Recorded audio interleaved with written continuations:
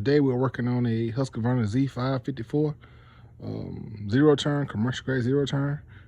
Got a call, customer said that as he was cutting with it in the grass, the blade stopped turning and he could start smelling the belt burning. So after diagnosing the problem, come to find out it's not the actual housing, it's the actual bearings that in the housing that's bad.